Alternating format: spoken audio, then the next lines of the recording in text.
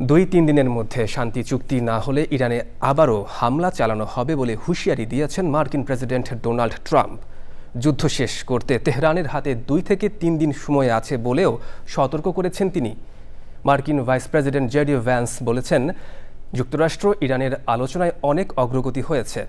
Donald Trump ও ইসরায়েলের প্রধানমন্ত্রী Benjamin নেতানিয়াহুকে হত্যা করতে পারলে $58 মিলিয়ন পুরস্কারের ঘোষণা দিয়েছে ইরান। মীর আমিরুল আলমের রিপোর্টে বিস্তারিত। যুদ্ধবিরতির পর যুক্তরাষ্ট্র ও ইরানের মধ্যে হামলা পাল্টা হামলা বন্ধ থাকলেও পারস্পরিক বাকযুদ্ধে পরিস্থিতি আবারও উত্তপ্ত হয়ে উঠেছে। ইরান ইস্যুতে স্থানীয় সময় মঙ্গলবার হোয়াইট হাউসে সাংবাদিকদের সাথে আলাপ করেন মার্কিন প্রেসিডেন্ট। তিনি বলেন,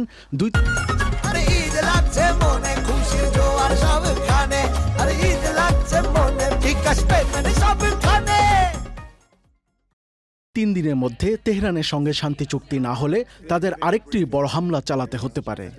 যদিও এর আগে সামাজিক যোগাযোগ মাধ্যম ট্রুথ সোশ্যালে তিনি একটি পোস্টে জানান, সৌদি আরব, সংযুক্ত আরব আমিরাত ও কাতারের নেতাদের অনুরোধে ইরানের হামলা চালানোর সিদ্ধান্ত স্থগিত করেছেন তিনি। মার্কিন ভাইস প্রেসিডেন্ট জেডি ভ্যান্স বলেছেন, ইরানের সঙ্গে আলোচনায় অনেক অগ্রগতি হয়েছে এবং এটি চিরস্থায়ী যুদ্ধ নয়।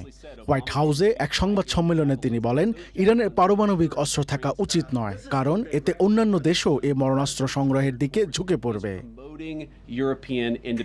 মার্কিন প্রেসিডেন্ট ডোনাল্ড ট্রাম্প এবং ইসরায়েলের প্রধানমন্ত্রী বেনিয়ামিন নেতানিয়াহুকে হত্যা করতে পারলে তাকে $58.23 মিলিয়ন পুরস্কার দেওয়া হবে বলে জানিয়েছেন ইরানের জাতীয় নিরাপত্তা ও পররাষ্ট্রনীতি বিষয়ক কমিটির chairman Ibrahim Azizi.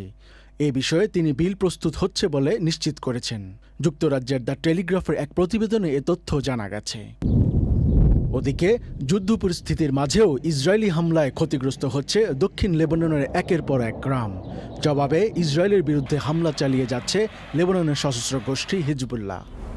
Mir Amirul Alam, channel I.